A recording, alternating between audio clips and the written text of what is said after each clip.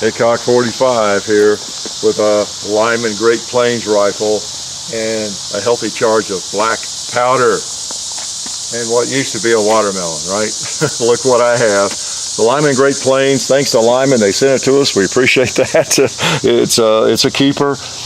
And believe it or not, I used to have one of these. And let me put it on the table here. Oh, look, amongst the watermelon juice. And let you take a look at it. Good thing we've got a good protection on the table. You might not know it, but this is one of our hides. And it is buffalo hide. Pretty appropriate, huh? So, yep, the Lyman Great Plains rifle. We appreciate them sending it to us. And I had one in the early 70s. I liked it. Also had a Thompson Center in the same Hawken style rifle. Liked them both. I don't know why I got rid of the Lyman. It actually is a little more authentic in a lot of ways than the Thompson Center. Both are good guns. But this one, you know, with the without the brass. Now you might think, where's the brass? Muzzle loader. These old guns are supposed to have cool brass ornamentation on them, and I do like brass on them. It looks good. But many of them didn't have brass if you go back into time far enough. And the Hawken Plains rifles, Rocky Mountain rifles, as the Hawken brothers called them, they were mostly iron. All the metal was iron. Did I say furniture? Well, all the metal was iron, okay, I think, for the most part. And they used browning, kind of a brown finish instead of the bluing you see here. But because there's no brass really, and it looks a lot like those, and it's in the same kind of configuration, this is a very good replica of the reproduction of the original rifles of this type. And probably the Hawken brothers were the most famous of those. There were others, but this half stock, big bore, plains rifle, mountain rifle, they carried them into the plains and into the mountains, and they were light enough to carry. And they were big enough and accurate enough to hit a big animal, you know, at pretty good distance, okay, and drop it. So they were especially valuable to the early pioneers in the fur, the trappers, explorers, you know, out after Lewis and Clark, you know, explored the West. In the 1820s, 1830s, 40s, the heyday of the fur trappers out there. And a lot of them stopped in St. Louis, bought them a Hawken rifle, okay? Pretty cool. So take one last look at that before I start reloading it. I'm going to do something a lot of you guys don't do, and some people that are into reenacting, I guess a lot of them give me a hard time about. I'm going to get the cap off there. Generally, I take it off right away, and that's exactly the opposite. I understand that some people are trained because they tell me, well, there could be an ember down in there, still hot, and you don't want to get oxygen to it. Because, you know, then when you start pouring powder in there, it could flare up and all that sort of thing. Well, I got news for you. Newsflash. If there's even a chance of an ember in there, I don't want to be putting powder in there. I want to get oxygen to it, and I want to clear all that out of there. I guess if you're in combat and you're loading and firing, maybe that would reduce the chances of that. But me, just kind of plinking on the range, generally not in mortal combat with a muzzleloader. I want all the oxygen I can get in there and get any embers that might be there burned up before I pour powder in there. That's just me. Shoot at your own risk, load at your own risk. Okay, these are neat guns, I tell you. You know, I have generally moved. I had a Hawken, had two of them, as I said, and I kept the Thompson Center for a long time. Lost it in a burglary again back in 20 years ago, before cameras, security, and safes, and all that. And I kind of miss it. Got into the Civil War rifles. They're easier to load, actually, with a mini ball. And I just have not replaced it until now, it appears. So I like these things. I'm going to put 90 grains of powder in there. It's just 2F Go X.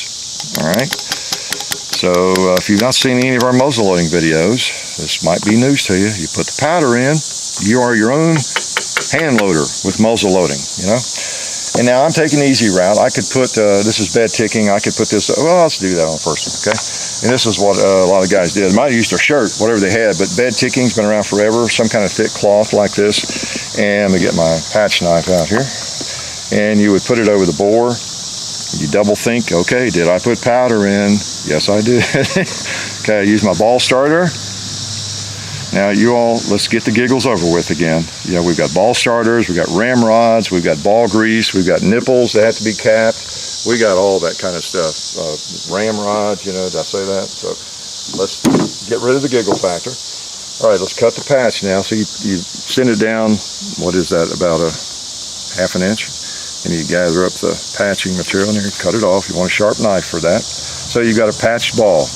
This uses a patched round ball, okay? Then you put the longer end of the ball starter. Ball starter, there's another one, okay? You ram it on down another few inches. That gets it past the muzzle there, which is just a little bit tighter maybe. And then you get your long ramrod out, and you send it on down, okay? All the way down to the powder. The thing about black powder is, a lot of people think of it as being dangerous, and we are using real black powder, okay? It can be a little more dangerous because if you don't ram the ball down against the powder, it ends up a pipe bomb, right? If you got your ball out here real tight at the end, you essentially got an explosion about to occur inside a pipe, you know, sealed pipe, is what it amounts to. So as long as you get your ball down against the powder, it's really safe. You could even put more powder than you wanted to in there, and it doesn't matter with black powder, okay? With real black powder. Not the case with other smokeless powder.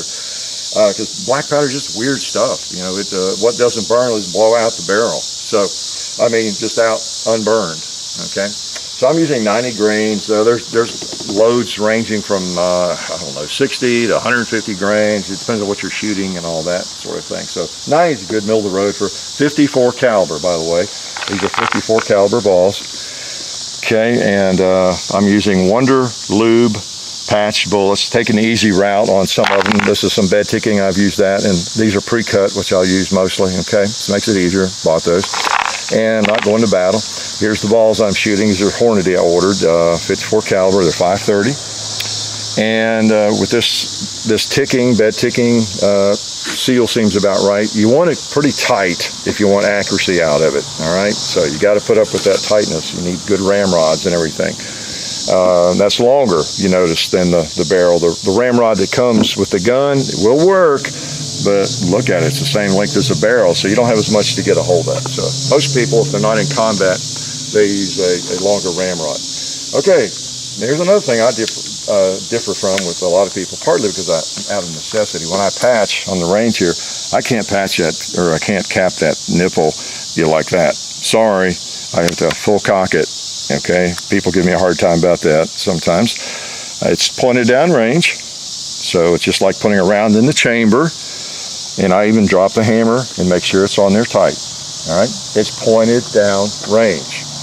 Okay, get that? So now, you notice I painted the front sight. I know it's a little bit sacrilegious on this really neat old rifle that dates back, into the 1820s, 30s, 40s.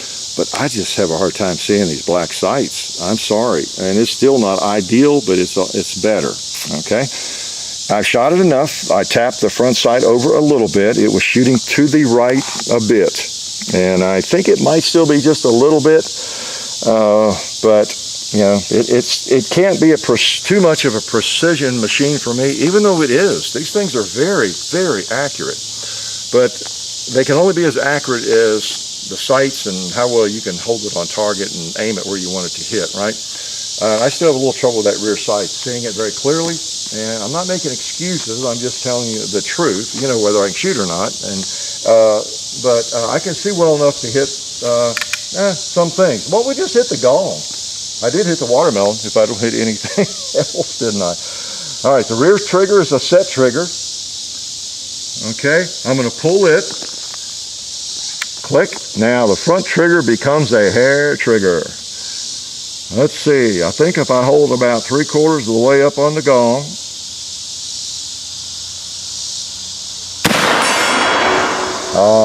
There's that sound I love. I see where it hit. I think I took a practice shot on it before we started, and I think it's directly above that. So either the way I'm looking at the sights, but it still might be going just a hair to the right. But at 80 yards, if it's just going over that much, that's not too bad. That could be very easily me, right? So these things are accurate. Do not be misled if I have trouble hitting with it, all right? So these are pretty neat. I was just at the NRA Museum. If you've seen the Shooting the Breeze yet, 3, I think I talked about that a little bit. And I saw some original Hawkens. They have a setup at the NRA Museum in Fairfax, Virginia, of the Hawken brothers making rifles in their shop there in St. Louis. And it's pretty cool, the real Hawken. So just coincidentally. I've always loved the Hawken style. That's why it was my first rifle, the half stock. My first muzzle loader, was the Thompson Center. My second one was one of these, and I just like them. I like big bore stuff, as you know. This is 54 caliber. My first one was a 50. Then I had one. I actually got a barrel for it. It made it a 58. And many of the Hawken brothers rifles were 50 and up in caliber, although they made some smaller calibers early on, I understand.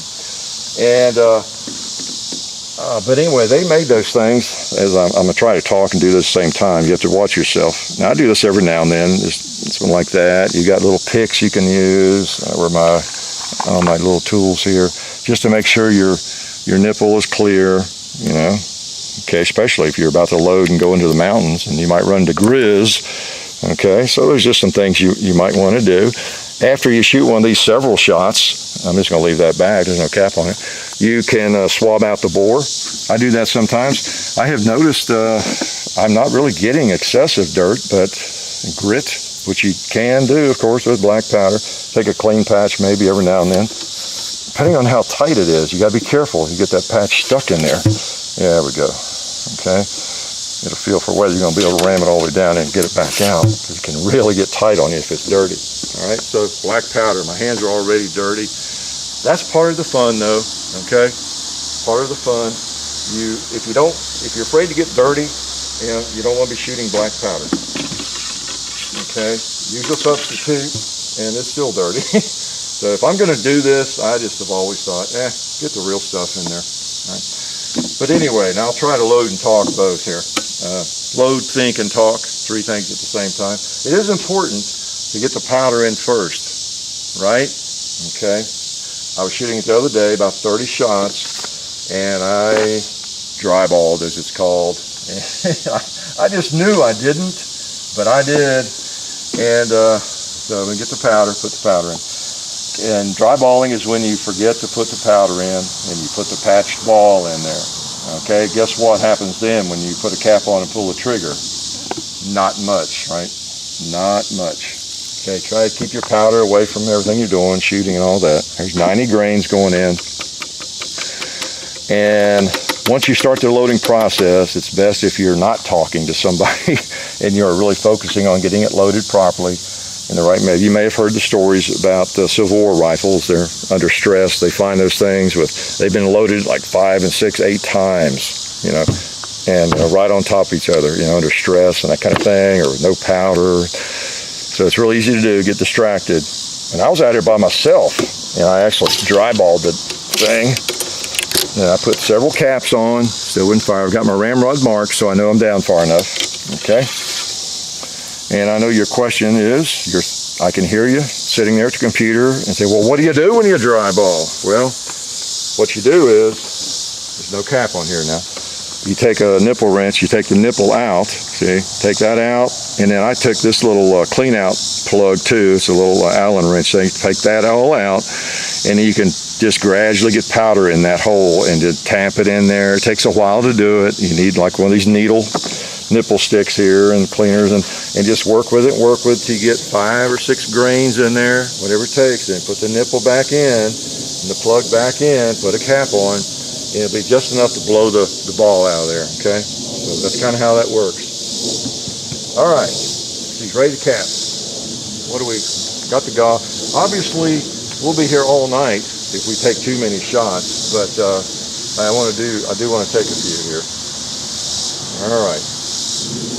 There's just something special. Okay, I'm pointing down range. When I take my thumb off that, I'm going to lower the hammer, and I'm going to put it on.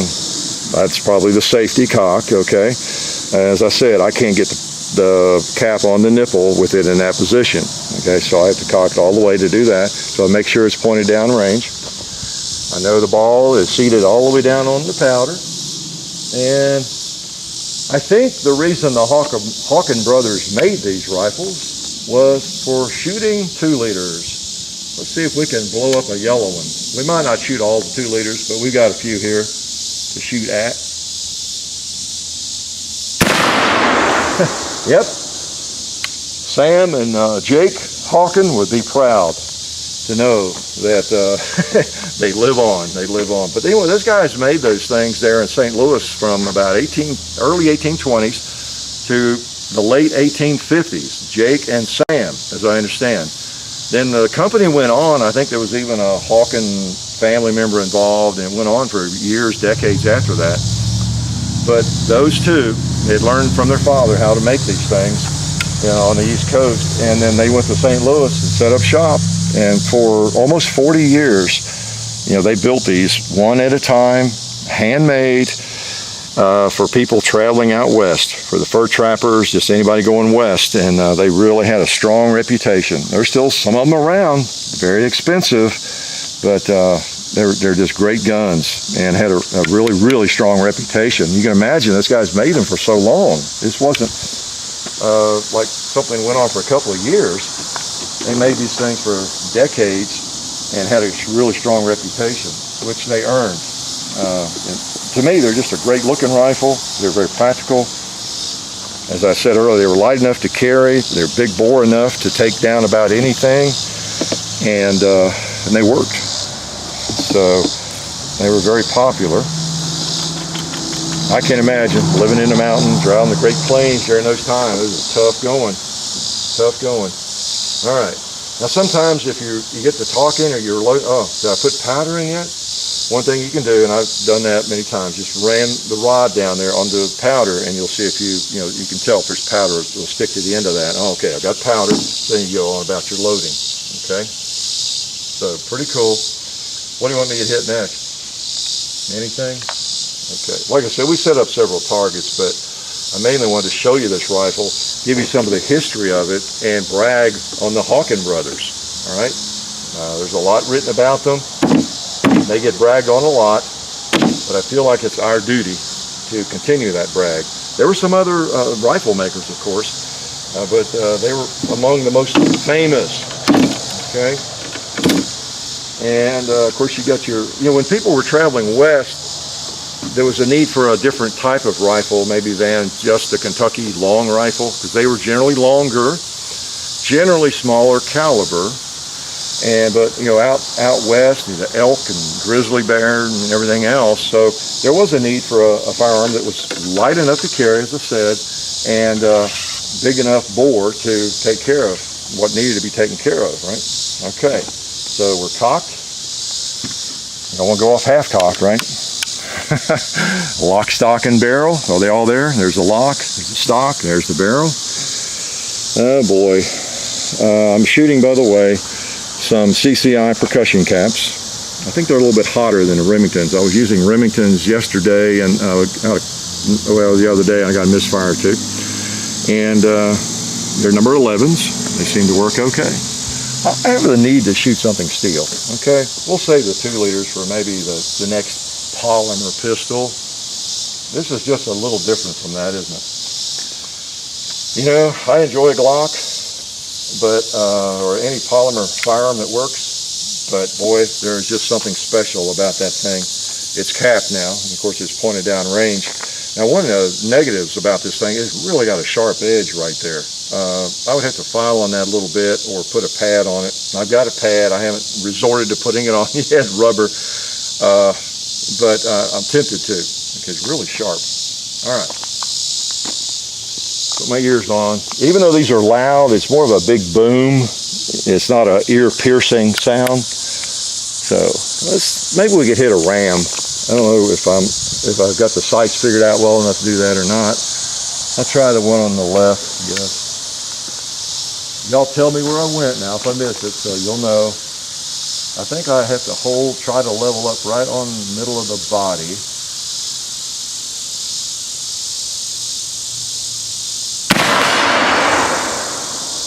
Sounded like I hit it, but just didn't fall, right? I may be wrong. I'll probably try it again here. Pretty cool. I'm going to go ahead and just start loading, quit fiddling around here, and see what anything else I was going to tell you about these things that you don't know. I recommend them. I really do. It's such a piece of history, and there's a lot of different companies that make them. This is one of my favorites, I have to say, the Lyman Great Plains. But I think Traditions and probably Taylor's, all these companies offer them. Okay, and this type of rifle. Pedersoli makes a nice one I just discovered. And, you know, you just figure out what size ball they need. This is, by the way, these are, well, you could see when I showed you the logo, 530. I bought some 530s and 535s from Hornady. I ordered them when I knew this rifle was coming. And I like the fit of the 530s. I really don't want them any tighter. I think the guys that compete with these things, they get such a tight fit, it about takes a sledgehammer to load them up at Friendship, Indiana, you know, in competition. I'm not interested in that. I mean, it's tough enough to get that ball in there. So I just want it good and snug, and that's good enough for me. Now, I could use the 535 ball, thousandths, with a thinner patch probably. So I'll experiment maybe with that. All right. I'm gonna hit that ram again. Well, at least I'm gonna shoot at it again. All right, 54 caliber. Get away, mosquito. I'm gonna smoke you out of here, mosquito. Well, when you bring one of these up to your shoulder, that long octagonal barrel, it's a thing of beauty.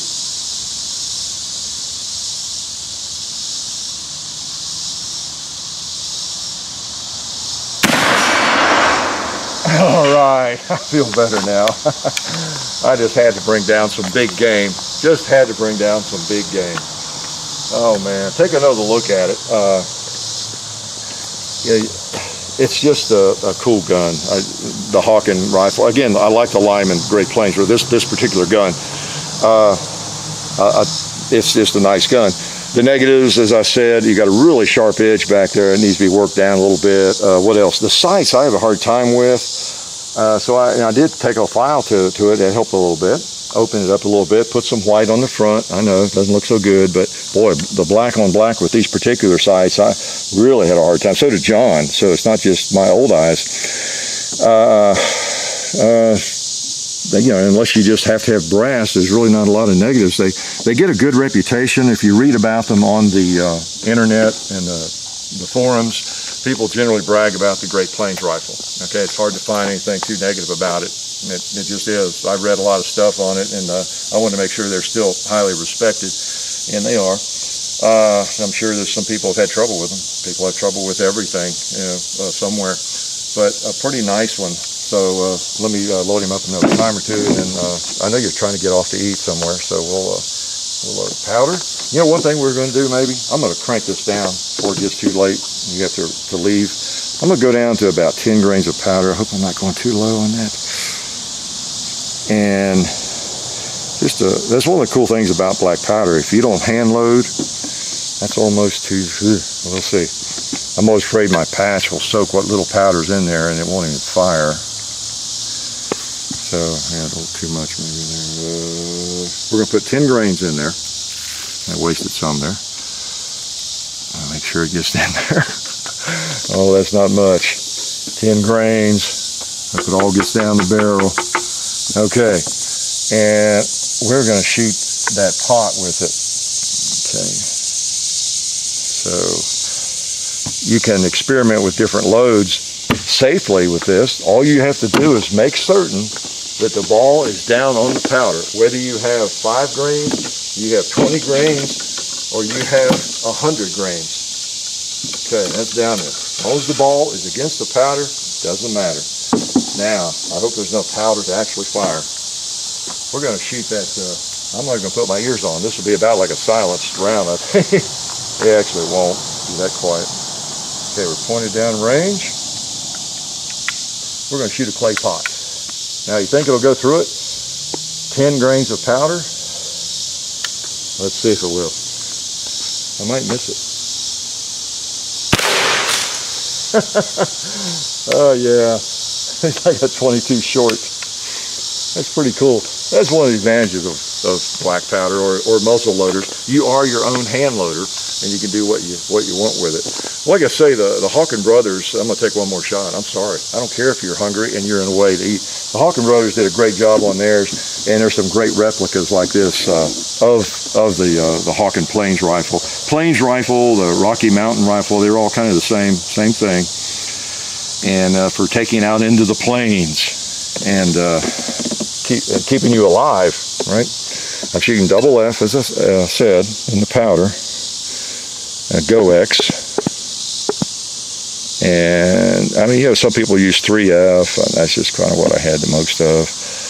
And I'm spilling some and wasting some, I realized. I had some of this down on the ground on that cardboard. You see that cardboard down there? I put that down so I don't scratch up the gun. And I spilled some powder down there, and then of course I had the gun butt against it, and I had that rubber pad on, and then I put it against my, you should have seen me, I was a mess. I had that powder smeared into my shoulder, and charcoal, looked like I'd been rolling around in a fire. You already look like that with your hands. But that's part of the beauty of it. That's what makes it fun. And those of you who do this, you know what I'm talking about. You know the joy of it. There are people, there's some folks on the internet and people that are pretty well known in the shooting community. This is pretty much all they do is black powder, and that's their whole life. And in some other countries, it's the one type of shooting that is legal and that people can easily participate in. So it's very popular in some countries. The fellow on the internet does YouTube videos with Cap and Ball, I subscribe to. He does a lot of cool stuff with these things, and he knows a lot more about them than I do, because I think it's about all he does, but he's really good at it. And it's just a wonderful part of the hobby if you've never tried it. And even if you hunt, if you're a deer hunter, I know a lot of people, their first inclination is to go get an inline, one of the modern inline muzzleloading firearms, muzzle loaders. And that's fine, that's great. I'm glad those things exist, actually, even though I'm a traditionalist, because it used to be back in the 70s, you'd see people with a firearm like this and they'd have a scope mounted on it. I mean, literally a scope, because they wanted to deer hunt, when the early deer season's open for muzzle loading and that sort of thing. Well, now with those, if you're not really interested in the tradition of these, then you can just go get a modern muzzle loader. But these are very accurate. You see, I think I hit that ram twice, I'm not sure, but I mean, you can hit a deer in this part of the country, whatever you want to hunt, without any trouble. Just sight the thing in, and it'll do the job. One that's made pretty much exactly after the fashion of the old Hawken rifles in St. Louis in the 1840s. All right. If you've ever seen the movie, let me give you a couple of movie recommendations. If you really want to get the fever for one of these things, go rent, buy, whatever, Jeremiah Johnson. Or there's another movie, it's kind of strange, Mountain Men with Charlton Heston and Brian Keith. It's probably R-rated, but Jeremiah Johnson's a good one if you want to get the fever for these things. All right, I'm just going to let these guys survive, and we'll take into them with something else. I'm going to shoot the gong one more time. I'm going to put my last round on that gong.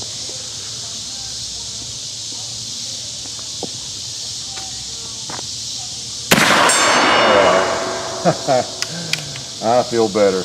Okay, so the Lyman Great Plains rifle, I don't know if I'll ever take it to the Great Plains or the Rocky Mountains, but I'm going to have a lot of fun with it right here. Okay, so we appreciate Lyman, we appreciate Bud's Gun Shop, we appreciate SDI. We didn't get any help from Federal on this video, did we? Where's the ammo? Mostly, we appreciate you guys for watching. You guys are the most important in the scenario. So thanks for coming in this evening and smelling the black powder smoke with me. Life is good. We'd like to thank one of our sponsors, SDI, the Sonoran Desert Institute.